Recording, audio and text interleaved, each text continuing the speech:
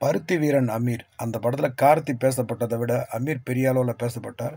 அத தொடர்ந்து ஒரு சில படங்கள்ல நடிச்சார். வடசென்னை அவருக்கு மிகப்பெரிய ஒரு பெயர குடுத்தது. ஸோ, மிகப்பெரிய ஒரு எக்ஸ்பெக்டேஷன்ல இருக்கிற படம் அப்படின்னு சொன்னா, உயிர் தமிழுக்கு ஆதம்பாவா படத்த டைரக்ட் பண்றாரு.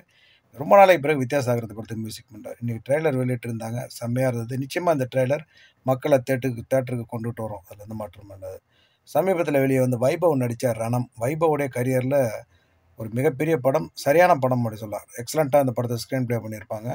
இந்த படத்துடைய ரைட்ஸ் வந்து பார்த்தீங்கன்னா, டிஜிட்டல் ரைட்ஸ் ஸ்டண்ட் கோட்டான சிம்ப்ளி சவுத் இவங்க வாங்கியிருக்கிறாங்க. வர்ற 19ஆம் தேதி ஸ்ட்ரீமிங் பண்ண போறதா அஃபிஷியலா சொல்லியிருக்கிறாங்க. பட் இந்தியாவுக்குள்ள யார் பண்ண போறா? அப்படிங்கிறது தெரியல. ரெபெல் மூன் இந்த படமும் வந்து பார்த்தீங்கன்னா, ஃபர்ஸ்ட் சீரிஸ் வந்துட்டு Netflixல ரிலீஸ் பண்ணியிருந்தாங்க. எக்ஸலென்ட்டான ஒரு மூவி. பக்கா ஆக்ஷன் அண்ட் த்ரில்லர். பார்க்கலாம். கண்டிப்பா ஒரு முறை பார்க்கலாம். பட் பெரியவங்க பார்க்க வேண்டிய ஒரு படம். இந்த படத்துடைய 2ஆம் பாகம் வந்துட்டு அதே Netflixல தான் வர்ற 19ஆம் தேதி ஸ்ட்ரீமிங் பண்ண போறதா அஃபிஷியலா சொல்றாங்க. தமிழ், தெலுங்கு, மலையாளம், கன்னடால இந்த படத்த ரிலீஸ் ஆகுது. தமிழ்ல கிடைக்குது.